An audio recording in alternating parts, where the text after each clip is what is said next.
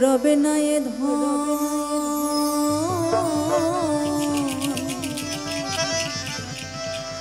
তোমার জীবন যৌবন আরে তবেই কেন করো এত বাসনা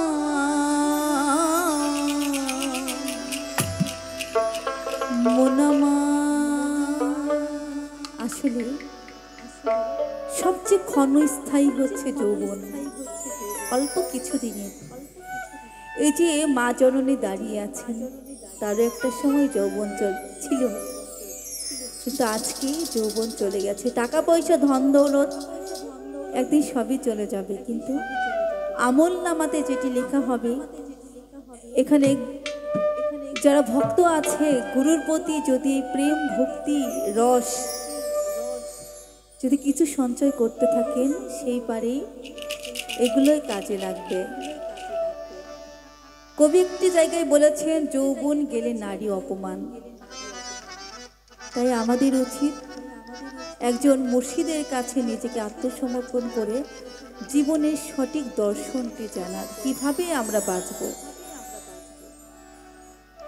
একেবারে সবুরের দেশে কই দেখি দমে কষে সবুরের দেশে কই দেখি দমে কষে উঠিস না রে ভেসে এই যন্ত্রণা আর রবে না এ ধন তোমার জীবন যৌবন তবে কেন রে মন এতই বাসনা আর রবে না এ ধন একবার সবুরের দেশে কই দেখি দমে কষে